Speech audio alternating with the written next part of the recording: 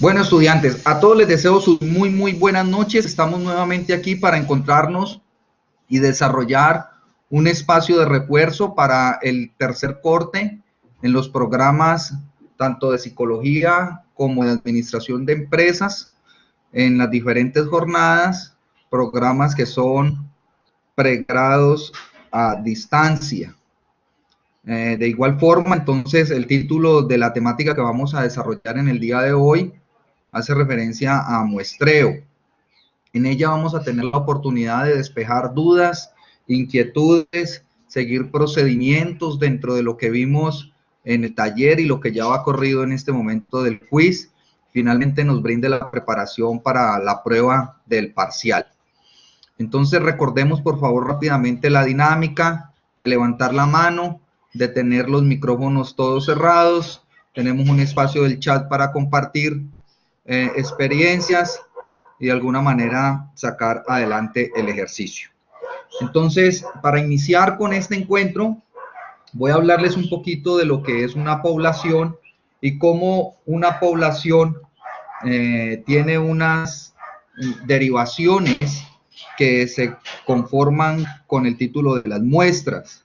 Estas muestras lo que representan es una parte de todo ese conjunto, de todo ese universo que llamaríamos en este caso población.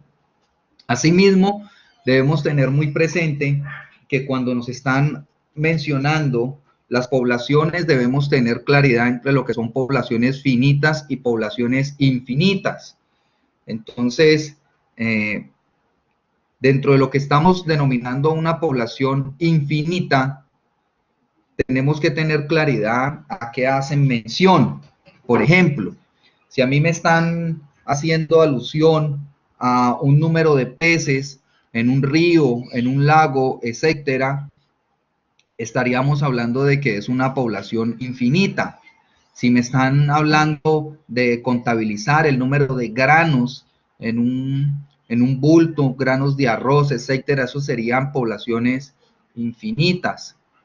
Si cambiamos la moneda y hablamos de poblaciones finitas, me están diciendo que tiene un fin, que tiene un cierre, que tiene un todo que se puede, en este caso, contabilizar.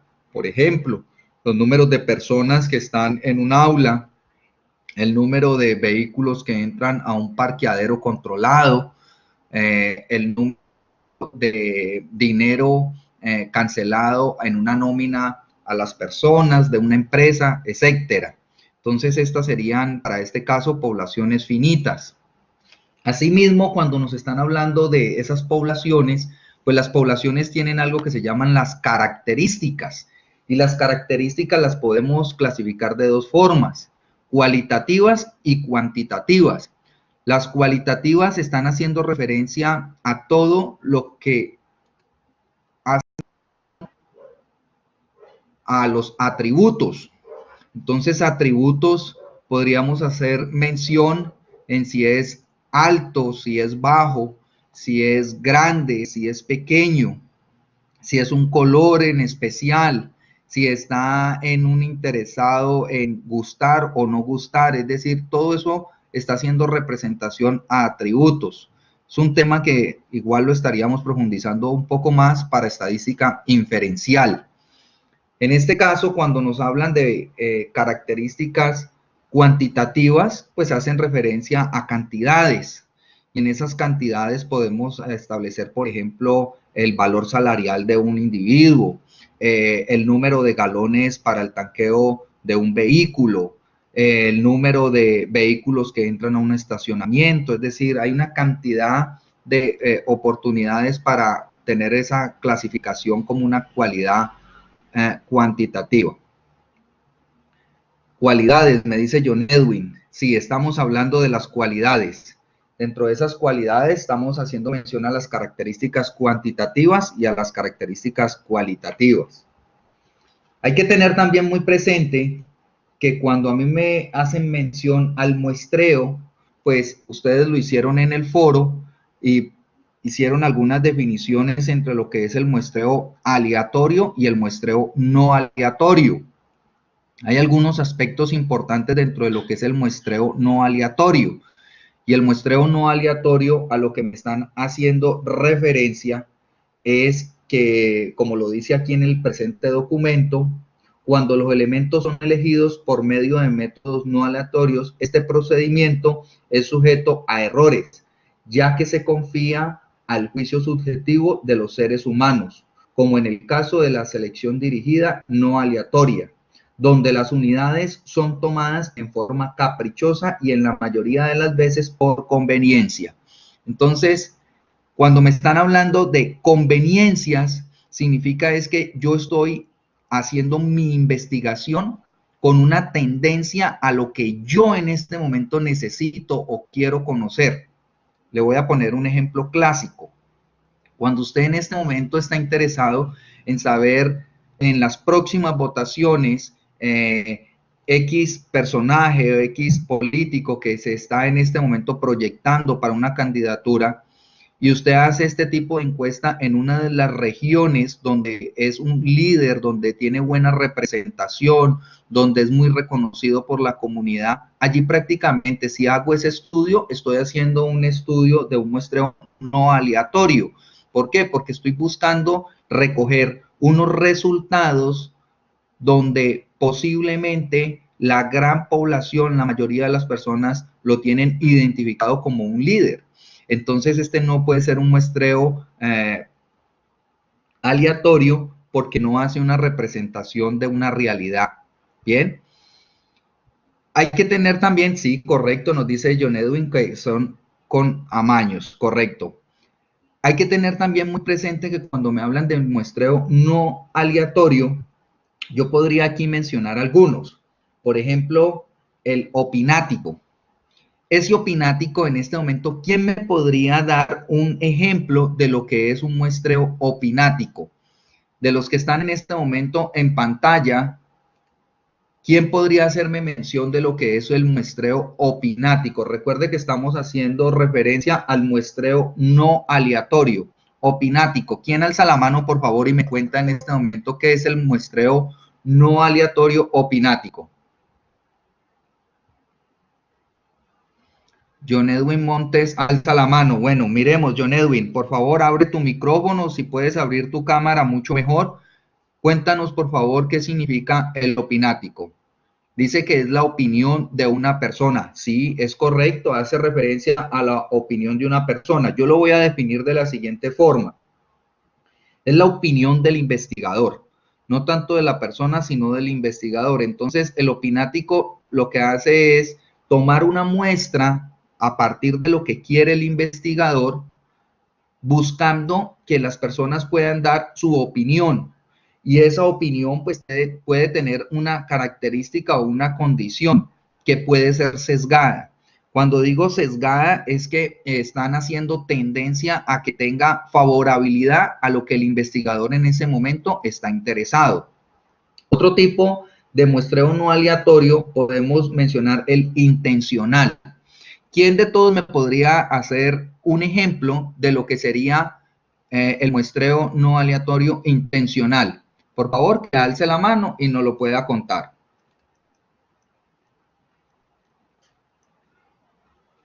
Intencional, por favor. ¿Quién podría contarme algo del intencional? Uno que pueda alzar la mano de los 16 que están participando. Alejandra Escarpeta, escuchemos a Alejandra, por favor, si puedes abrir tu micrófono o en su defecto puedes abrir también tu cámara. Alejandra, te escuchamos. Pues yo pienso que el Te intencional. escuchamos, Alejandra. ¿Aló? Hola, ¿me escucha? Alejandra, te estamos Hola. escuchando, por favor. ¿Cuál sería ese tipo de ejemplo que haría referencia en el muestreo aleatorio al intencional? Pues casi siempre creo que selecciona como Alejandra, por favor. algunos.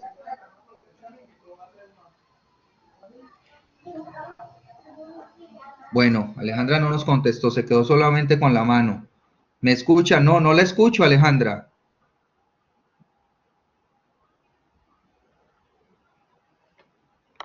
No te escucho, Alejandra. Repite, por favor, a ver. No te escucho, Alejandra. Bueno, dice que no le carga, listo. Entonces aquí nos dice Marta que se buscan las características puntuales de una investigación. Bueno, miremos a ver lo que haría un ejemplo. Estamos buscando un ejemplo de ese muestreo no aleatorio intencional. Es muy fácil, la palabra lo está diciendo, tiene un tipo de intención a lo que yo quiero consultar o a lo que yo quiero investigar. Si yo en este momento, como les decía en algunas de las clases, quiero hacer un estudio con personas fumadoras, pues debo ir a buscar dónde están realmente las posibles personas que consumen cigarrillo, porque de lo contrario lo que voy a conseguir es información sesgada, información que no representa las realidades. Entonces, para este caso podríamos colocar como ejemplo intencional las personas que fuman a la hora de que yo quiera hacer una investigación de personas que consumen tabaco. Existe otro tipo y se llama por cuotas. Ese por cuotas me hace referencia a un número de personas o individuos a los que yo quiero posiblemente seleccionar. Coloco un ejemplo.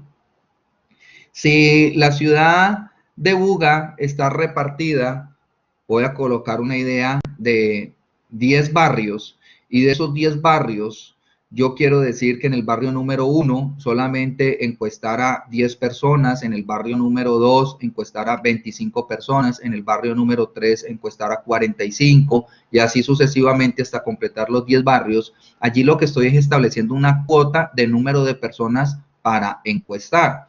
Entonces, en ese caso, estoy hablando de un muestreo no aleatorio con la característica de por cuotas. Miremos qué nos dice aquí Abelardo. Dice, profesor, compañeros, les pido excusas, debo retirarme. Bueno, listo, Abelardo, no hay problema. Recuerda que esto queda grabado y puedes utilizar este espacio para reforzar tu futuro parcial. Bueno, esa sería la respuesta para cuotas. Hay otro que en este caso lo podemos denominar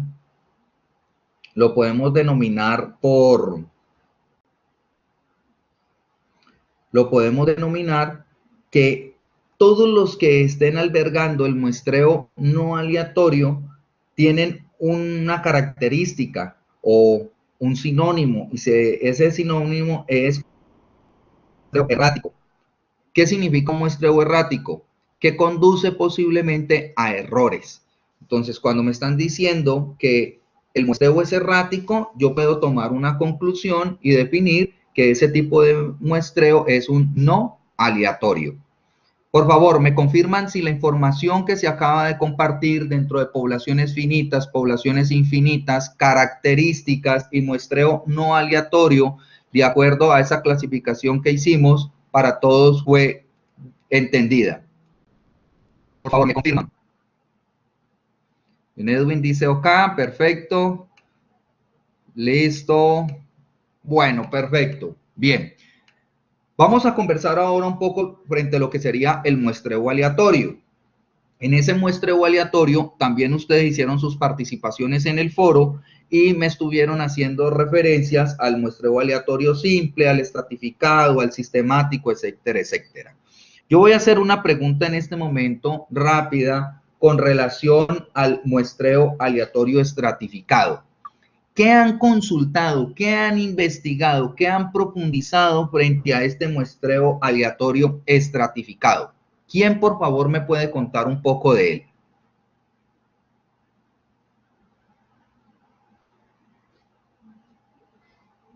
¿Quién, por favor, que alce la mano y me pueda contar un poco sobre el muestreo aleatorio estratificado? John Edwin, te escuchamos, por favor. Cuéntanos un poco de él.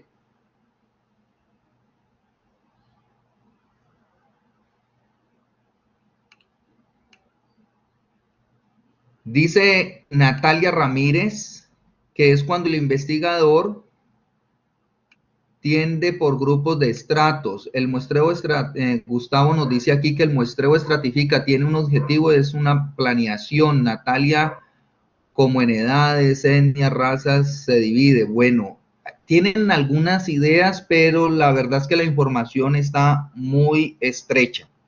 Cuando hablo de que está muy estrecha es que eso todavía es mucho más amplio. Miremos, Lina, qué nos está contando aquí. Este muestreo se va a dar por los subgrupos que conforman las poblaciones de estudio previamente elegidas. Perfecto. Eso sí tiene relación. Muy bien, Lina. Luego nos dice, los subgrupos generalmente se escogen por variables como sexo, edad, o sea, me está dando allí una característica, posiblemente cualitativa, otra puede ser cuantitativa, o alguna característica explícita que tengan los integrantes de la población. Bueno, está chévere esa apreciación, Lina. Esos son los elementos que debemos tener presentes. Lo voy a repetir. Lina nos dice, este muestreo se va a dar por los subgrupos que conforman la población de estudio previamente elegida.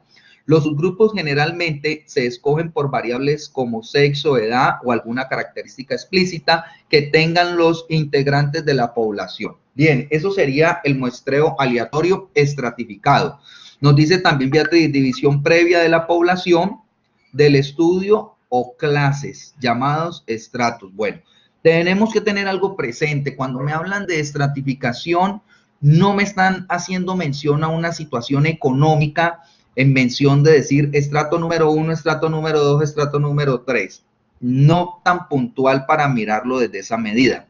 Lo que me están diciendo en una estratificación es dividir una población como tal, establecer una muestra definida para cuántas personas serían en este caso encuestados, pero yo debo también identificar que en cada uno de estos sectores, por lo regular, va a haber un número de personas. Entonces, si hacemos el mismo ejemplo de la ciudad de Buga con 10 sectores, y esos 10 sectores, en el sector número 1 hay 10 familias, en el sector número 2 hay 20 familias, en el sector número 3 hay 50 familias, en el sector número 4 solamente hay 18 familias.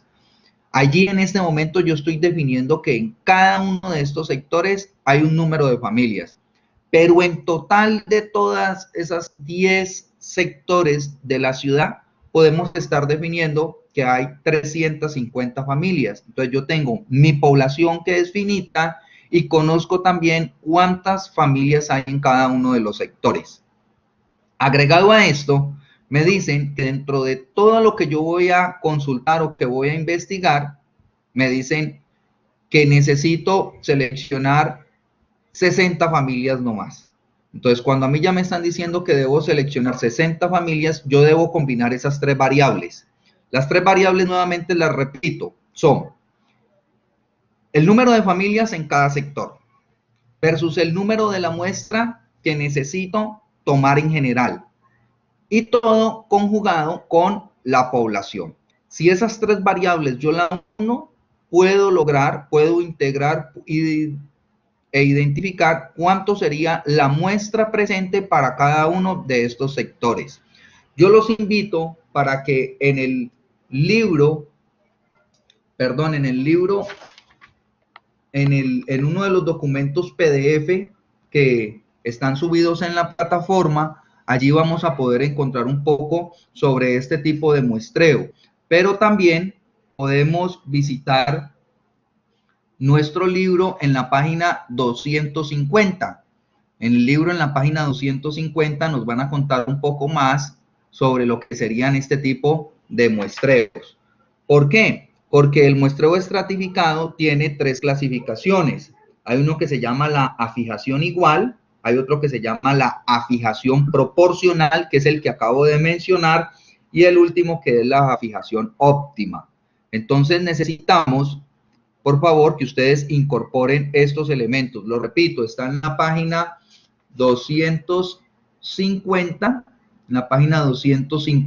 en el capítulo número 7, página 250. Listo. Y existen otros tipos dentro de ese mismo muestreo, como está el muestreo doble, el muestreo sistemático, el muestreo aleatorio simple. La invitación es que ustedes puedan incorporar estos elementos teóricos, y aquí ya en este momento me voy a sumergir dentro de lo que sería procedimientos. Para abordar los procedimientos, lo primero que les quiero compartir es que existe una ruta de trabajo para encontrar el muestreo. Para encontrar el muestreo existen dos situaciones. Para poblaciones finitas, que definitivamente conozco cuánto es la población, pero no tengo nada de información. Entonces, cuando ocurre eso, les decía a ustedes que hay una fórmula resaltada en amarillo, como la veíamos en su momento en la clase, que me permite a mí simplemente reemplazar, y hay unos valores constantes. En esos valores constantes está lo que es la desviación, lo que es el error y el nivel de confianza. No es sino reemplazar, y eso me va a decir en este momento cuánto sería la muestra a tomar.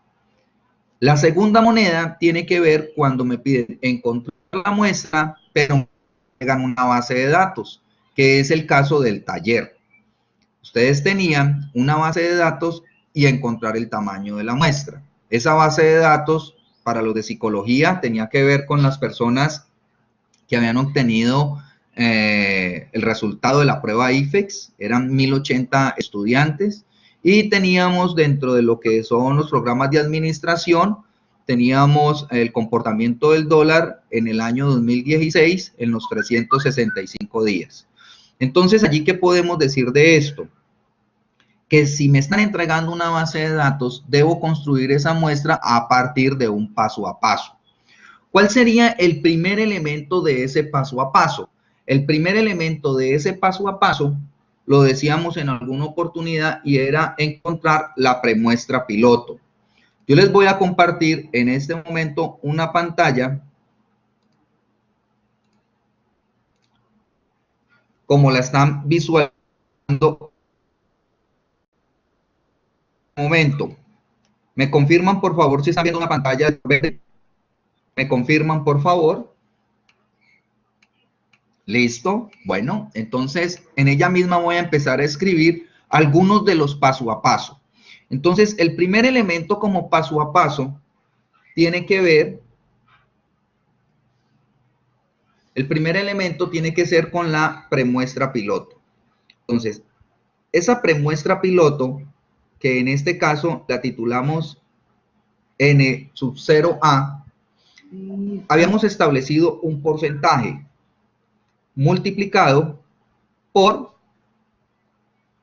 la población. Ese es el primer paso que nosotros necesitamos hacer. Entonces, ¿qué les dije yo a ustedes en su momento? Les dije, necesitamos tener muy presente este porcentaje. ¿Con relación a qué? A un valor que está en las tablas TEDstudent. Dentro de este valor presente en las tablas TEDstudent, inician a partir de ¿quién? De un 50%, luego aparece un 20%, seguido a esto un 10%, y así sucesivamente. En la medida de que yo me voy alejando de ese porcentaje a ser más pequeño, lo que me están diciendo en este momento es que esa premuestra piloto será más pequeño. Eso es lo que me estarían diciendo en ese momento, que la premuestra piloto sería mucho más pequeño.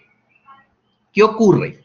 Si yo en este momento tengo 600 individuos dentro de una base de datos, bueno, cualquier situación, y me dicen encontrar la premuestra piloto y utilizo el 50%, ¿cuánto sería el resultado de esa premuestra piloto? Por favor, escríbanlo.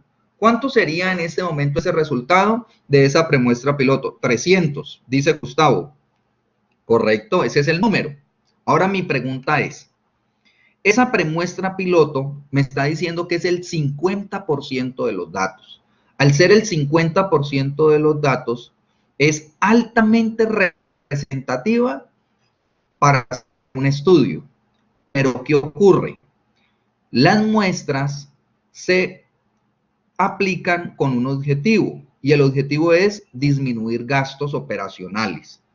Si estamos hablando de disminuir gastos operacionales, pues yo debo salirme de ese 50% y pensar en un porcentaje un poco más bajo. Miremos qué ocurriría si yo en este momento tomo un porcentaje del 20%. ¿Cuánto sería esa premuestra piloto para un 20%? 120, es correcto. Sigue siendo un valor representativo en buena condición, pero de igual forma todavía me puede generar un poco más de gastos. Bien, pero ¿qué ocurre si yo en este momento no utilizo el 20, sino que por el contrario utilizara el 5%, es decir, el 0.05? ¿Cuánto me daría en este caso? Me daría 30. Y ya 30 es un valor muy pequeño con relación a 600 unidades que tenemos como una población, como un todo. Entonces, ya este valor, usted que es el estadístico, es el que debe en este momento asumir ese número como selección. Entonces, usted puede elegir entre ese 10 y ese 20%, porque del 5 hacia abajo vas a encontrar que tu premuestra piloto va a ser demasiado pequeña, no va a ser tan representativa. Y si tomas el 50%, te vas a encontrar que va a ser altamente representativa, pero eso te va a sumar, ¿qué? Gastos operacionales. Entonces, como recomendación, yo le diría, puede utilizar entre el 10% y el 20%. Para este caso, podemos utilizar cualquiera de esos dos y es viable. Ese sería el primer elemento para encontrar dentro de nuestro ejercicio. El siguiente paso que necesitamos tener tiene que ser desarrollado con establecer unas columnas que las he titulado de la siguiente forma: la muestra, el número aleatorio,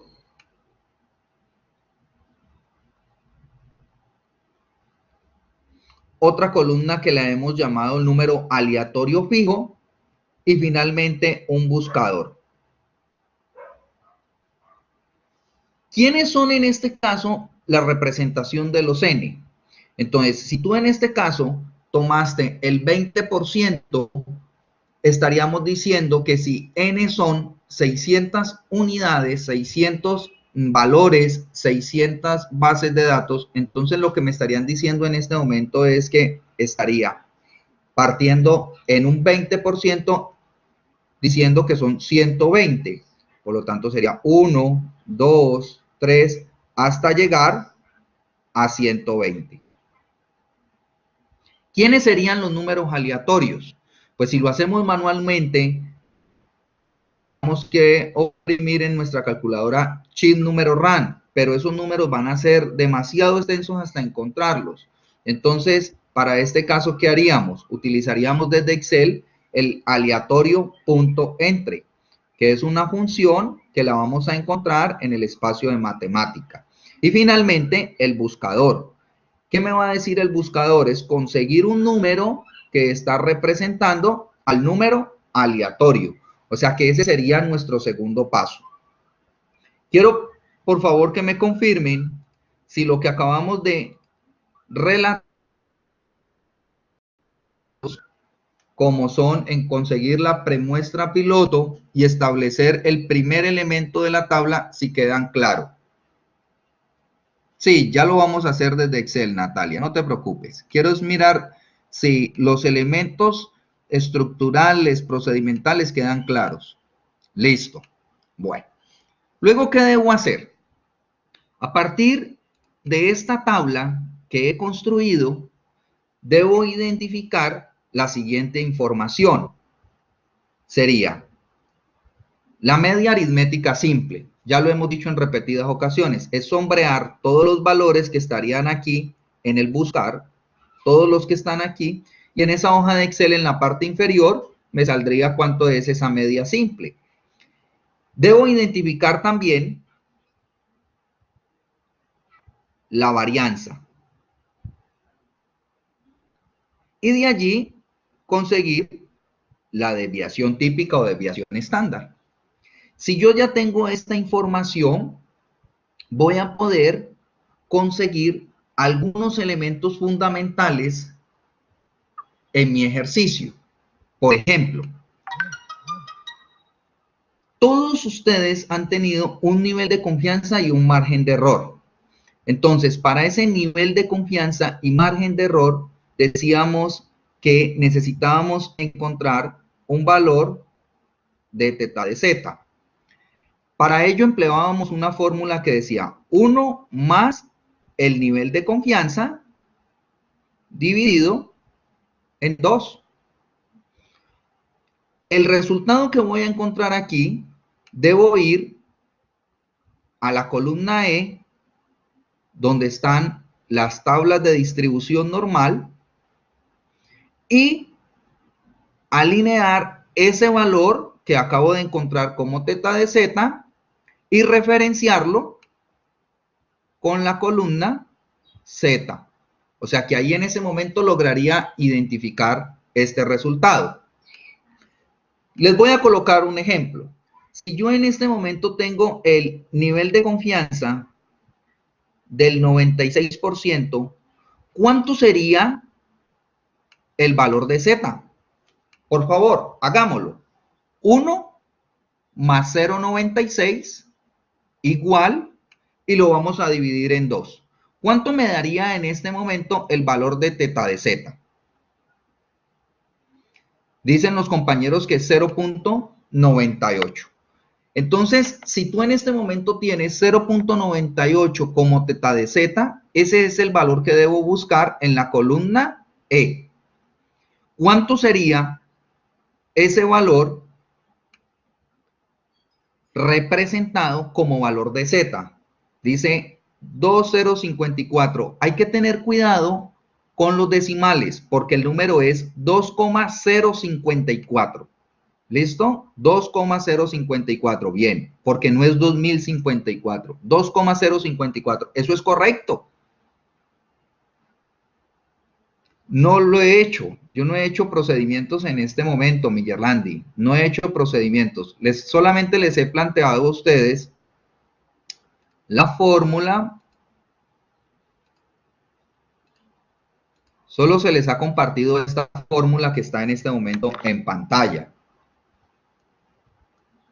Esta fórmula es lo único que se ha representado. 1 más el nivel de confianza dividido 2.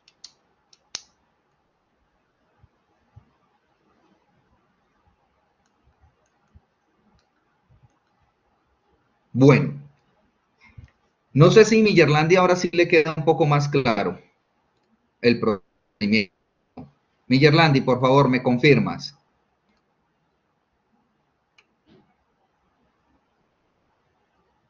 Listo. Miremos otro ejercicio dentro del mismo. Necesito que me logren identificar el nivel de confianza para cuando yo diga 97,62. Entonces, ya en este me dijeron que era 2,054. Eso es correcto. Y ahora pregunto por un nivel de confianza que lo estoy llamando 97,62%. ¿Cuánto sería en este caso el valor de Z? Por favor, ¿me lo confirman?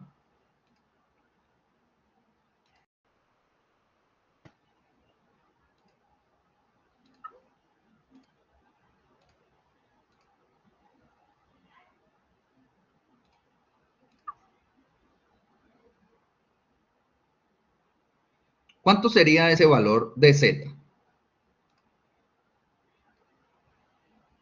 Dice Gustavo, 0.9881. Pero el valor de Z, ¿cuánto sería? Es posible que ese sea tu valor de teta de Z.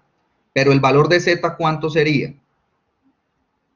2,26, dice Lina. Eso es correcto. El número es 2,26. Vamos a hacerlo con todos, por favor, con los que tengan en este momento dudas. La operación matemática es 1 más ese nivel de confianza que dice 97,62, o sea, más 0,9762. Le vamos a dar igual y lo vamos a dividir en 2, o sea que en este momento en su calculadora todos tendrían que tener 0.9881. ¿Qué hago ahora? Voy y visito las tablas de distribución normal, me ubico en la columna E y debo encontrar alineando ese valor con la columna Z. Y ese resultado, como lo dicen algunos de sus compañeros, es correcto, 2,26.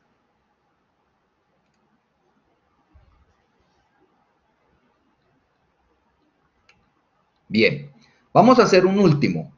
Yo pregunto por un nivel de confianza que dice 99,31%. ¿Cuánto sería en este momento el valor de Z? Cuando me digan un nivel de confianza de 99,31.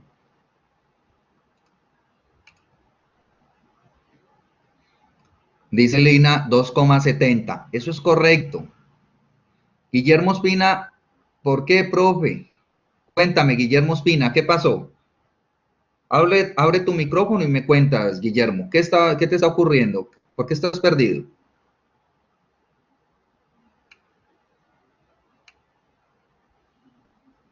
Bueno, entonces escríbelo, Guillermo, por favor.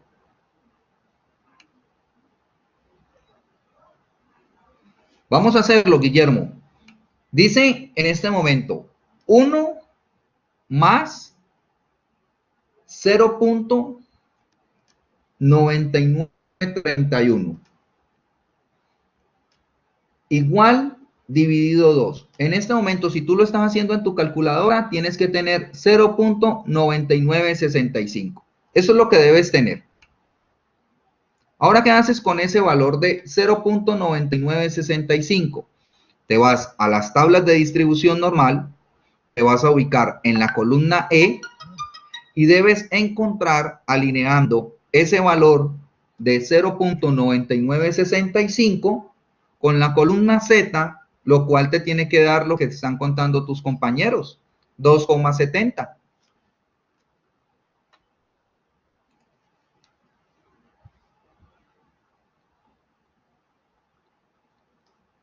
Listo. Entonces, hasta este momento, lo que hemos desarrollado en pantalla es definir esos niveles de confianza, que todos tenían valores completamente diferentes. Dice Natalia, profe, ¿podría repetir lo de buscar el resultado de 1 más 31 dividido 2 en la tabla de distribución normal? No sé qué es el 31, porque 31 no hemos hablado hasta este momento, Natalia. Cuéntame qué es ese 31 que has colocado allí. ¿Cuánto es ese valor de 31? 99,31. Ah, bueno, eso es correcto. Mira, vamos a hacerlo nuevamente. 1 más 0,9931 igual dividido 2. Ese resultado en tu calculadora tiene que ser 0,9965. ¿Es correcto? ¿En tu calculadora te da 0,9965, Beatriz? Confírmame, por favor, Beatriz. Listo. ¿Qué hago con ese valor? Voy a la tabla de distribución normal y me voy a ubicar en la columna E. En la columna E debo buscar ese número que dice 0,9965. Y teniendo este resultado, me voy a ubicar en la columna Z, que es la primera de las tablas, la columna Z, y tengo que encontrar allí el número que dice 2,70. Listo, Beatriz. Bueno, vamos a continuar en este mismo ejercicio con el siguiente procedimiento. Debo encontrar el error muestral. Para encontrar ese error muestral, decíamos en nuestra clase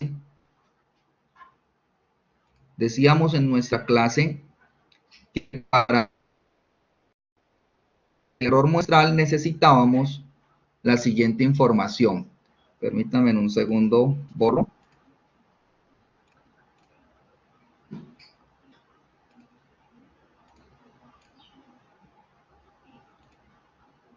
Un segundito, borro esto que tenemos aquí.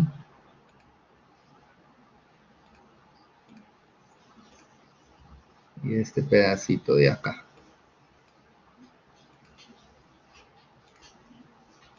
Listo. Entonces decíamos en nuestro ejercicio que necesitábamos encontrar el error muestral. Para encontrar el error muestral,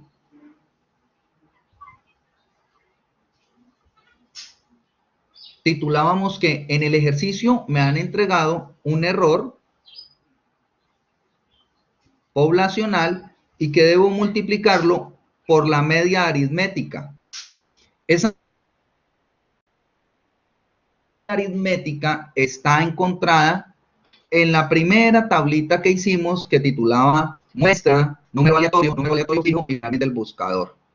Cuando yo encuentro en este momento este error muestral, me está diciendo lo siguiente: su encuesta va a tener un error del 13, del 18, del 6%, como lo quieras marcar, que te indica que si hay una encuesta que está mal elaborada, que se perdió, que se dañó, está incluyéndose dentro de esos posibles errores de un todo de la muestra seleccionada. Entonces, ¿qué ocurre aquí?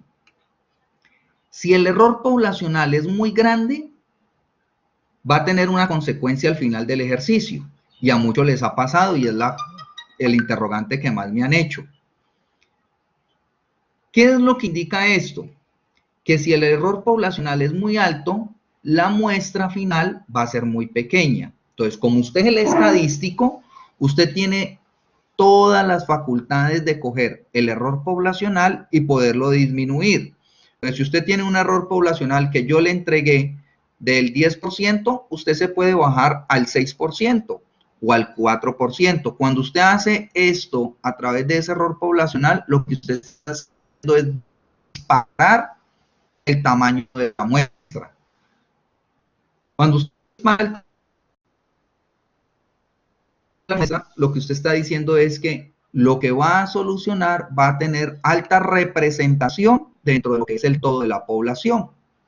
Si tú no haces eso, sino que te quedas cuadriculadamente con el valor del error poblacional que yo te he dado y la muestra te da 3, pues ese valor de 3 no va a ser una representación de toda una población. Como no va a ser representación real de toda esa población, pues lo que te va a indicar en este momento es que el ejercicio va a tener una tendencia a quedar mal desarrollado. Bien. ¿Cuál es la invitación o conclusión del error muestral? Que si por alguna razón tu muestra es muy pequeña, tú eres quien debes coger tu error poblacional y disminuirlo. No debes esperar a que el docente te diga, porque es que el investigador eres tú.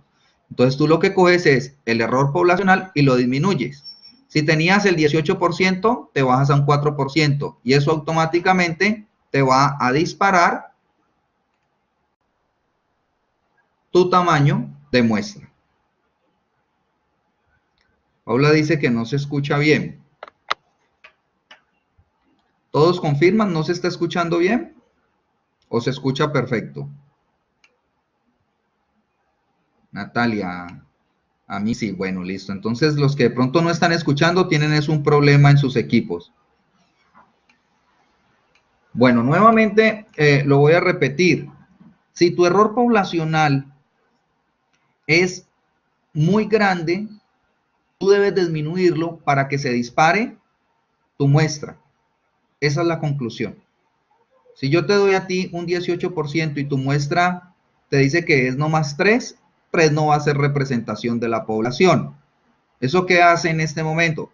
Que tú eres el estadístico y tú eres quien debes cambiar tu error poblacional. ¿A dónde lo cambias? A un valor inferior, porque si lo aumentas, automáticamente pues tu muestra se va a disminuir más, ¿ya? Y tú lo que necesitas es que tu muestra, por el contrario, aumente. ¿Bien? Por favor, me confirman si es claro lo que acabamos de mencionar para el error muestral.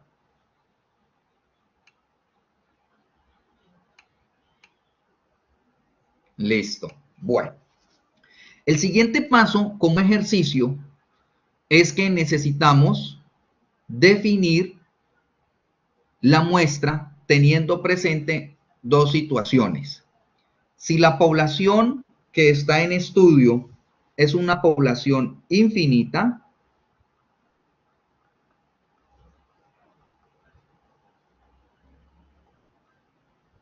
yo necesito solamente aplicar el siguiente procedimiento, que sería n es igual al valor de z, ya sabemos que viene desde el nivel de confianza, multiplicado por la desviación, dividido el error muestral.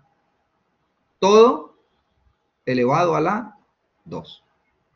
Si mi población es infinita, automáticamente esta será mi muestra.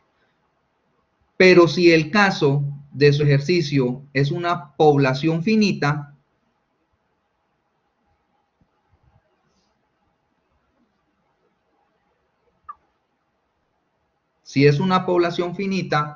va a tener una situación diferente. ¿Cuál es la situación diferente si es una población finita?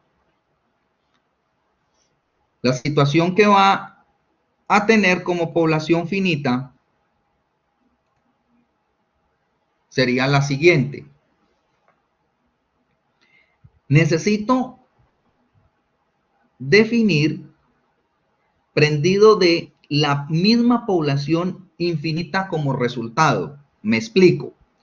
Si en este momento este tipo de población me da 34,3, yo tendría que definir mi población finita partiendo de ese 34,3.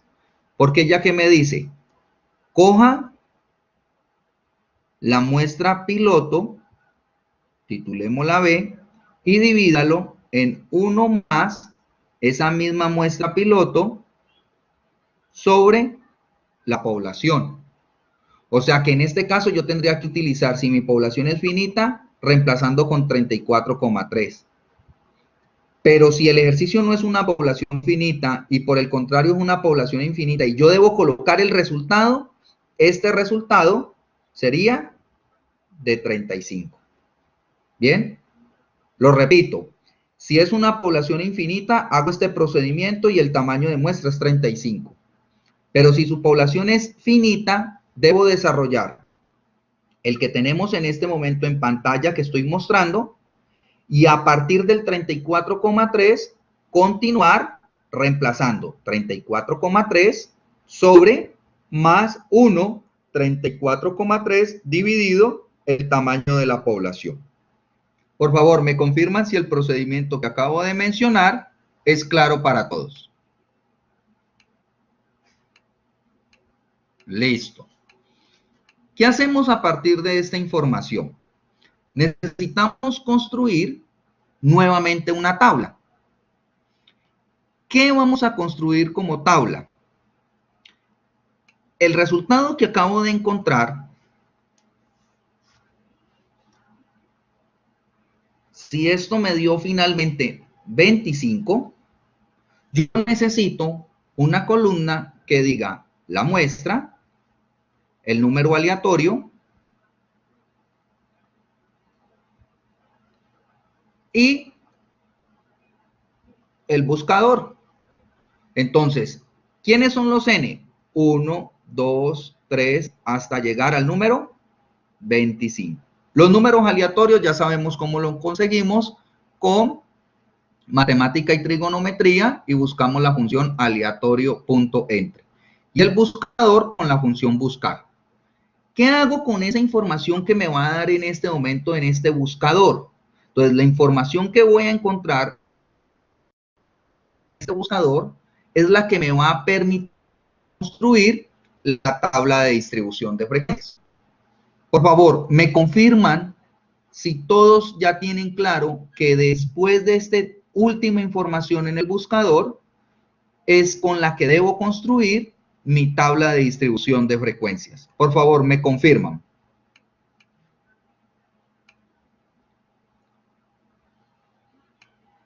Bueno, listo. Entonces, si ya usted en este momento tiene claridad de que con el buscador, el último buscador que acabo de tener chuleado en este momento, es con la que vas a construir tu tabla de distribución de frecuencias y allí vas a encontrar tu X máximo, tu X mínimo, el rango, la amplitud del intervalo, toda la información para construir la tabla.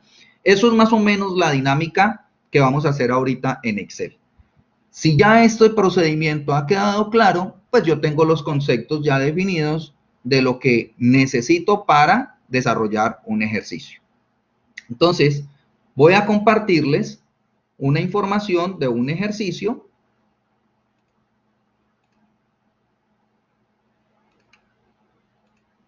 Ahí está en pantalla.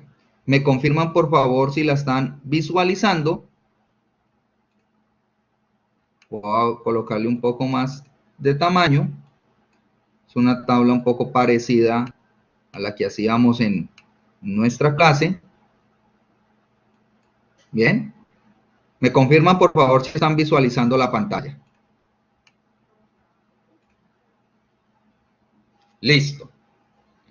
Entonces, cuento el ejercicio. En el ejercicio tenemos la siguiente información. En primera instancia,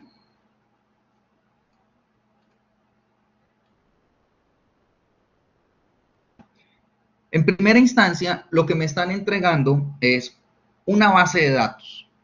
Esa base de datos que me comparten me dice que tengo en este ejercicio 100 individuos. Tengo 100 individuos. Esos 100 individuos están ganándose un valor salarial, sueldo. Algunos ganan 280,000, otro gana 260,000, otro gana 820,000, otro gana 290,000 y así sucesivamente. O sea que en este momento la población, como lo acabo de mostrar en este momento en pantalla, son 100 individuos. Me piden encontrar la premuestra piloto. Esa premuestra piloto, que es la que voy a solucionar en este momento, si utilizara el 50%, pues tendría 50 datos. Si vamos a utilizar el 20%, tendría un resultado, y si utilizamos el 10%, tendría otro resultado. Por favor, me confirman cuánto sería la premuestra piloto si utilizo el 20%. Por favor, me confirman cuánto sería esa premuestra piloto para el uso del 20%. Correcto, 20 datos. Entonces, en este momento, en una hoja de Excel, yo voy a establecer que es el 20% multiplicado por la población. Eso dice la fórmula que veíamos ahora. Y ustedes me están confirmando que es 20. A partir de esto me dicen el nivel de confianza es 98%. Ya ustedes lo saben hacer. Confírmenme en este momento cuánto es el valor de teta de z para el 98%. Ojo, teta de z nomás. ¿Cuánto es el valor de teta de z para el 98%? ¿Cuánto sería?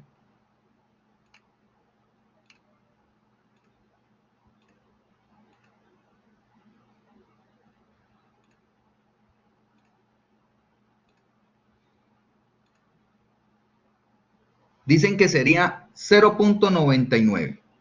Verifiquemos qué tan cierto es eso. Estamos hablando de 1 más 0.98 dividido 2. O sea, 0.99. Eso es correcto. Ojo, Guillermo. 0.99. No puede ser 0.96. 0.99.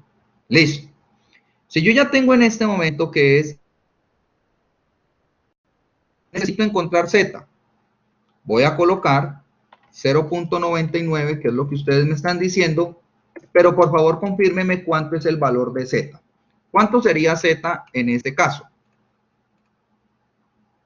Dicen que sería 2,326. Yo voy a buscarlo aquí en este momento. El 98%. El 98%. 2,326. Eso es correcto. 2,326. Entonces voy a colocarlo. 2,326. Listo. Entonces, ¿cuánto fue mi premuestra piloto? Fue de 20. Yo necesito en este momento una columna que la estoy titulando muestra, que va a tener 20 datos. Vamos a arrastrarlos. Ahí están los 20. Perfecto. Luego dice, números aleatorios.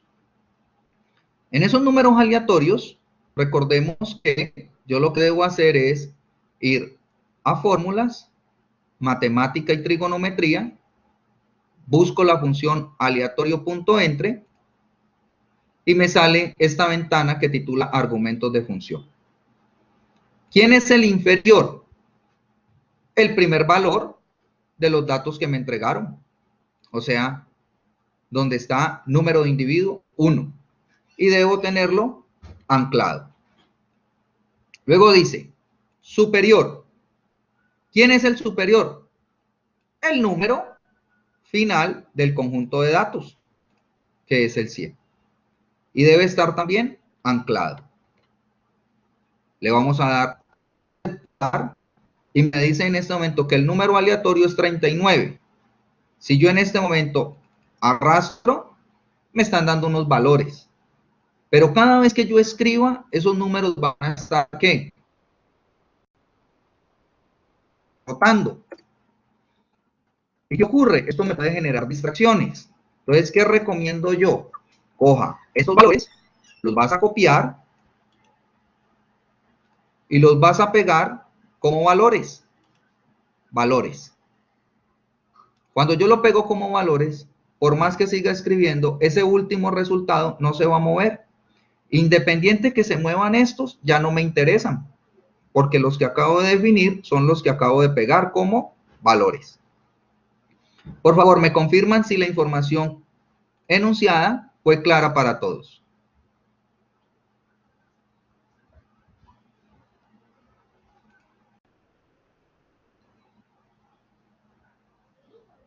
Copiar y pegar encima. Pues como actividad de entrega no recomiendo copiar y pegar encima, porque entonces yo no voy a ver que estás utilizando la función, sino que tú podrías haber escrito los números. Entonces yo, para la actividad como entrega, no es recomendable que tú me digas ahí mismo copiar y pegar. Tiene que ser en una columna al lado, que me ilustre que sí has usado el aleatorio.entre. Bien. Dice Paula, profe, ¿el valor porcentual de la muestra prepiloto es a criterio nuestro? Sí, Paula. Recuerda, lo decía hace unos minutos atrás. Si tú utilizas el 50% es la mitad, entonces yo te recomiendo que puedas utilizar entre el 20 y el 10%. Bien. Beatriz nos pregunta, profe, qué pena, no realizó la operación. Ah, Beatriz. Bueno, en esto hay que estar muy atenta porque si tú pendiente de la pantalla, difícilmente podrás identificarlo. Bueno, Adriana García nos dice Oca. Listo. Miremos entonces en este momento, si yo he logrado definir estos resultados, necesito el buscador. El buscador, vamos a fórmulas y búsqueda y referencia. Vamos a utilizar la función buscar. Vamos a utilizar la función de buscar.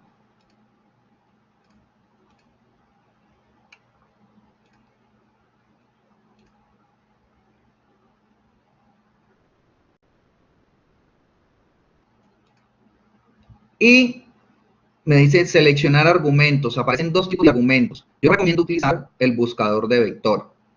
El buscador de vector me va a dar tres posibilidades. La primera posibilidad es valor buscado. ¿Quién es el valor buscado? El número aleatorio fijo que he determinado y lo debo tener anclado.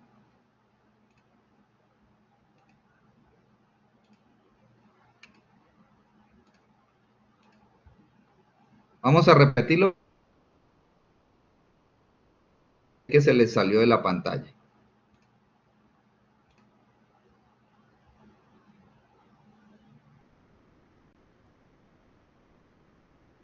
Vamos a repetir. Entonces dice, vamos a fórmulas, vamos a búsqueda de referencia y vamos a utilizar buscar, la función buscar. Con esa función buscar utilizamos el vector de comparación, el primero, valor buscador por vector.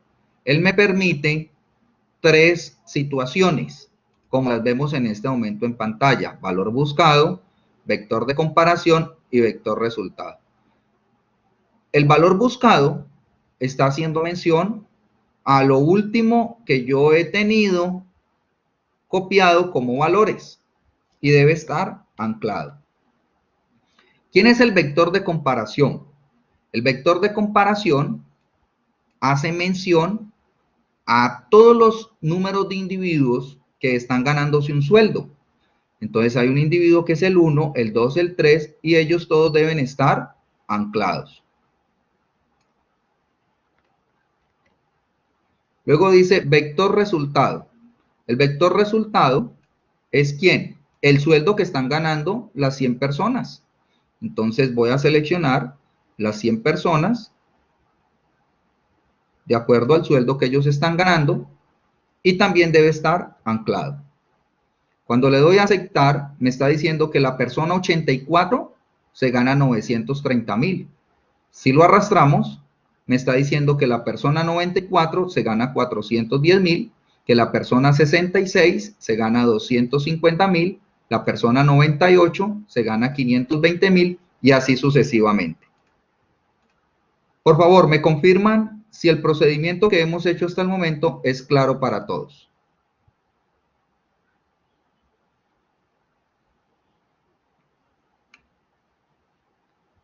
David Mercado nos dice, profe, yo tuve un problema al hacer esa operación. Bueno, cuéntanos, David, abre tu micrófono y nos cuentas cuál fue la dificultad que tuviste. No nos la escribas, para poderte escuchar. ¿Cuál fue esa dificultad? Te escuchamos, David.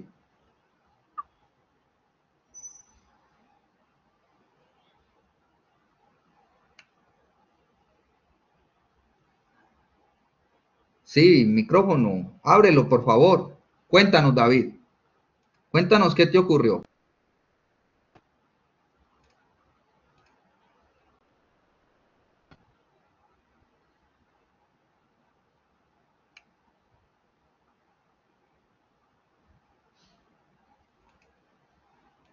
¿Qué te ocurrió en la operación, David? Tú dices que se quedó cargando. No sé, ¿qué se te quedó cargando? Abriendo el micrófono, se queda cargando, porque bueno, tienes ahí un problema de conexión, entonces pues no podría como aportarte allí con eso. Entonces, teniendo presente que esa tabla, después de que tengamos estos datos, decida en lo que hacíamos en la pizarra en blanco. Necesitamos de allí sacar el promedio. Para sacar el promedio, lo único que hago es sombrear los datos encontrados y en la parte final dice el promedio. Creo que se les salió de la pantalla, vamos a colocarlo nuevamente. Listo, ahí está.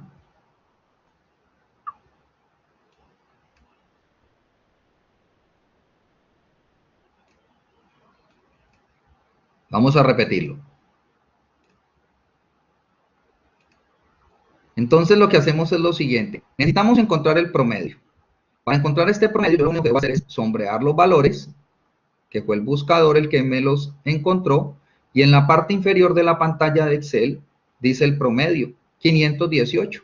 Entonces ese número es el que voy a escribir aquí, 518.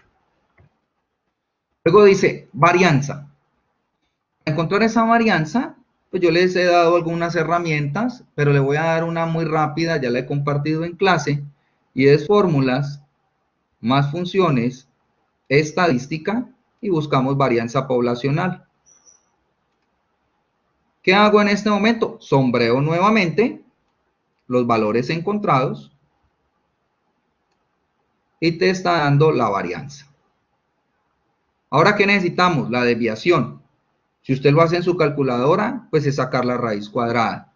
Si utilizamos desde Excel, diríamos fórmulas, matemática y trigonometría, raíz cuadrada. Me voy a ubicar donde está la desviación, la varianza, y le voy a decir aceptar. Ya tengo en este momento la desviación. Hasta ahora lo que hemos construido fue los paso a paso que narrábamos cuando teníamos la pizarra en pantalla.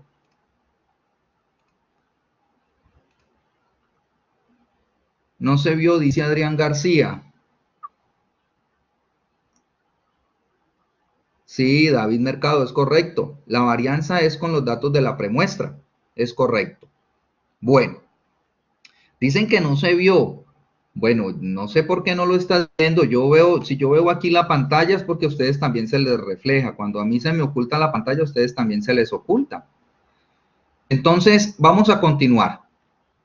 A partir de esta información que fue encontrar tanto la desviación, la varianza y el promedio, vamos a solucionar el error poblacional. Yo en este momento he colocado un error poblacional del 18%, puse un error alto. ¿Para qué? Para poder mirar cómo esa muestra va a quedar reducida y si la cambio de manera que disminuya el error poblacional, mi muestra se me logre disparar. Entonces dice, para encontrar el error muestral, la operación, ahora, coja el promedio, como está en pantalla, y multiplíquelo por ¿quién? Por el error poblacional. Este error poblacional es 0,18.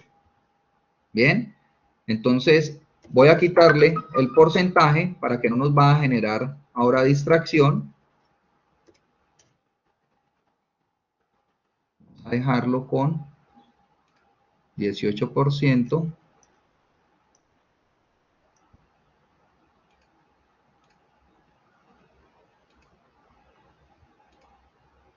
¿Listo? Y lo colocamos como es. Listo, ahí está el 18%.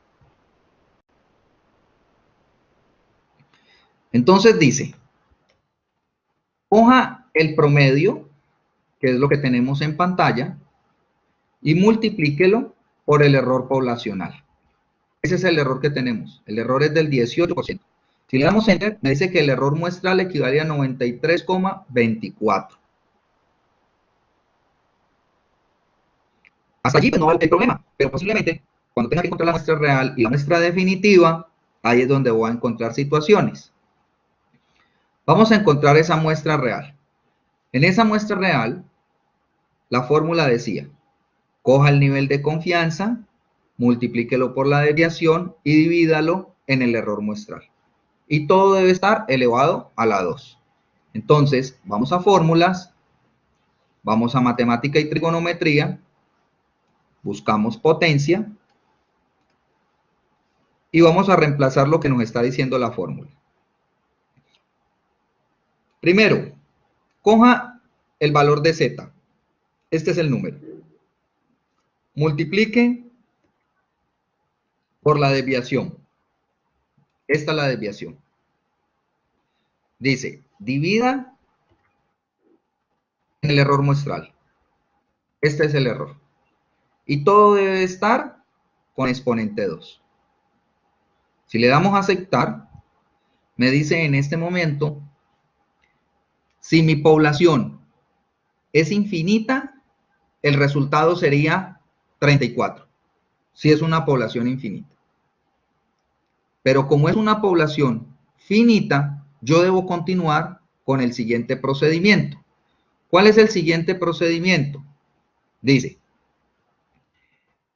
coja el resultado de la muestra piloto real dividido, abrimos paréntesis, 1 más el mismo resultado de la muestra piloto real dividido ¿en quién? En la población. Cerramos paréntesis y damos enter. Me dice que es 25,37, o sea que en este momento mi resultado sería de 26.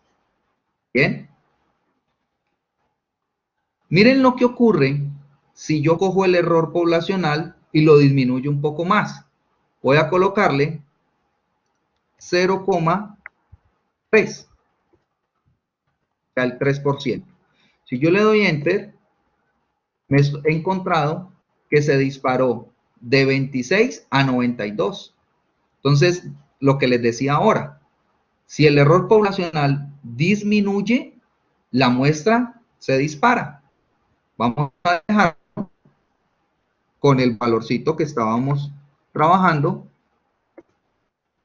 que era con el 18%. Por favor, me confirman si la operación fue clara para todos.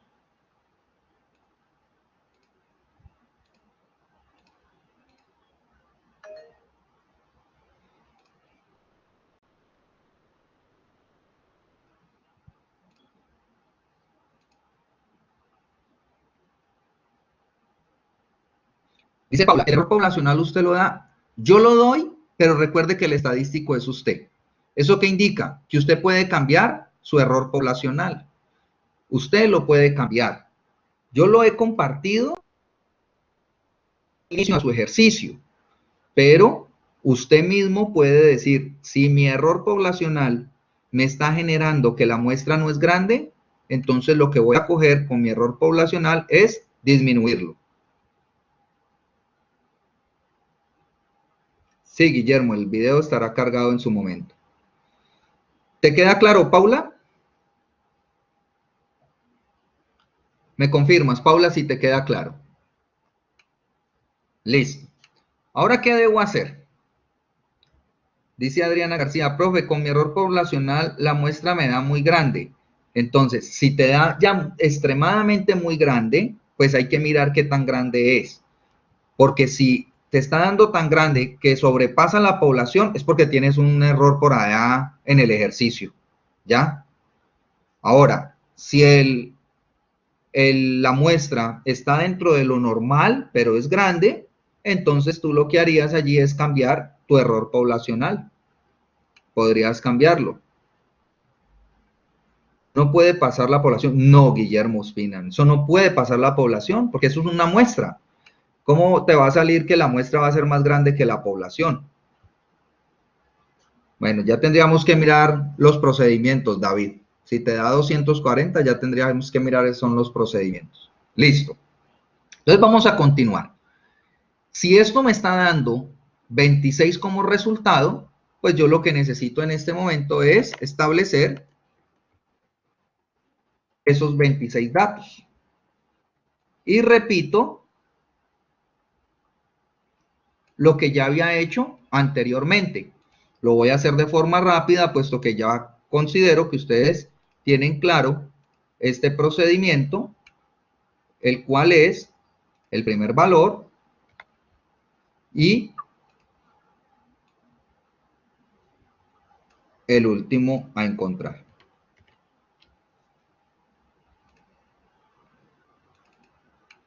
Ese mismo valor lo copio para no generar distracciones, lo pego como valores y vamos al buscador. Lo estoy haciendo de forma rápida, puesto que ustedes ya esto lo han hecho, ¿no? Entonces, ahora lo hacíamos despacio para dar la instrucción, pero ya en este momento yo asumo que ustedes ya lo manejan perfecto. Vector de comparación.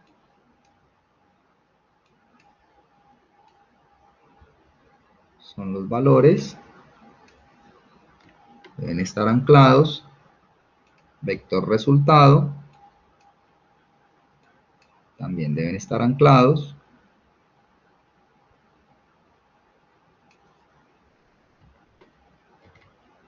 Damos a aceptar y lo único que hacemos es arrastrar. Ahí están. Entonces dice, promedio. Para encontrar este promedio, entonces, ¿qué necesitamos? Construir la tabla de distribución de frecuencias. Cuando construimos la tabla de distribución de frecuencias, como lo que está aquí en este momento en pantalla, pues yo no tendría que ponerme a hacer esa información, porque eso hace ya referencia al tema que vimos en nuestra clase del primer corte. Asimismo, encontrar la varianza, la desviación, los coeficientes, la mediana, la moda. Es decir, todos esos procedimientos ya los hemos contado en otros tutoriales e igualmente en los encuentros de clase. Básicamente, hasta aquí estaríamos haciendo mención todo lo que tiene que ver con la adquisición de esa muestra. ¿Qué necesito yo en este momento que ustedes puedan tener claridad? Necesitamos abordar lo que serían los intervalos de confianza. En esos intervalos de confianza debemos tener presente este valor que me dio de n como 26. Entonces voy a utilizar nuevamente la pizarra y voy a colocar unas situaciones para que ustedes logren establecerlas y de ellas podamos sacar lo que debería estar como intervalos de confianza.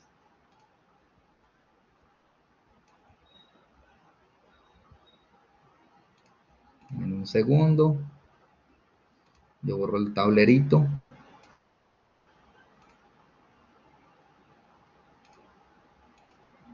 Y lo compartimos en pantalla. Bien.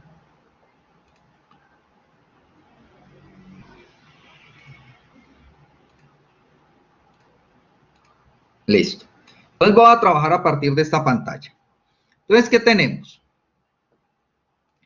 En primera instancia, yo debo tener definido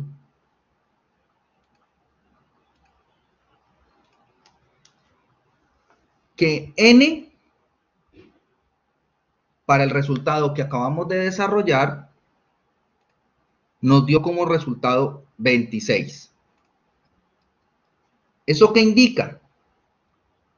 Eso me está diciendo que yo debo tener presente cuando n es mayor que 30 y cuando n es menor que 30. Cuando n es mayor que 30, yo tengo que utilizar z. Y cuando n es menor que 30, yo tengo que utilizar tDestudent. ¿Para qué? Para un tema que titula intervalos de confianza. Bien. Entonces, los intervalos de confianza están integrados a través de la siguiente fórmula. Dice que es la media aritmética menos el valor de la desviación, y teniendo presente el valor de n, colocaría si es t o si es z. En este caso nos dio menor que 30, o sea que lo que debemos representar en este momento sería la letra t. Colocamos la letra t dividido la raíz de n. Punto y coma, porque este que acabamos de elaborar hace referencia al intervalo inferior. ¿Qué dice el intervalo superior?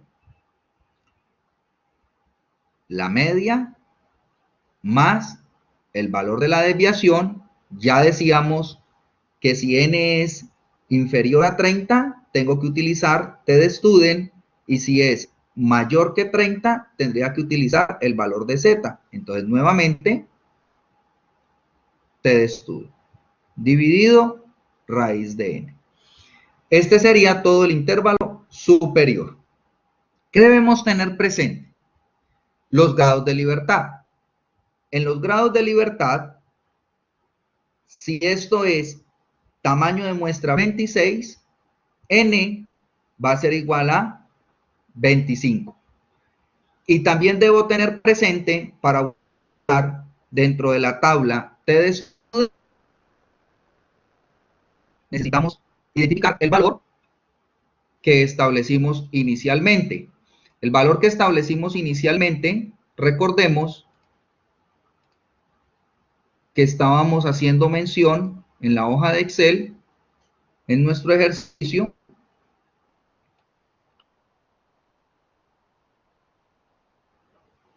el 20%. Entonces, si estamos hablando que es el 20%, yo diría que necesito buscarlo en la columna donde dice 0,2. O sea, que necesito en los grados de libertad, 1, 2, 3, 4, ubicarme en el valor donde dice 25, y necesito en el porcentaje que dice 0,2, ¿cuánto sería este resultado?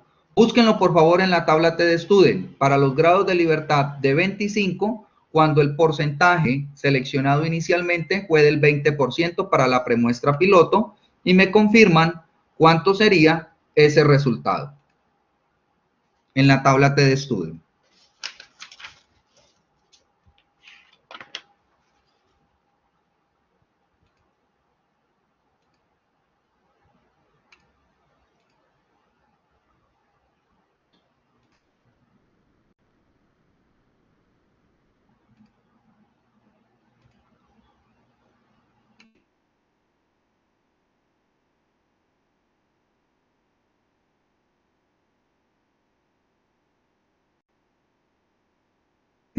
El 25%, 1,316. Eso es correcto.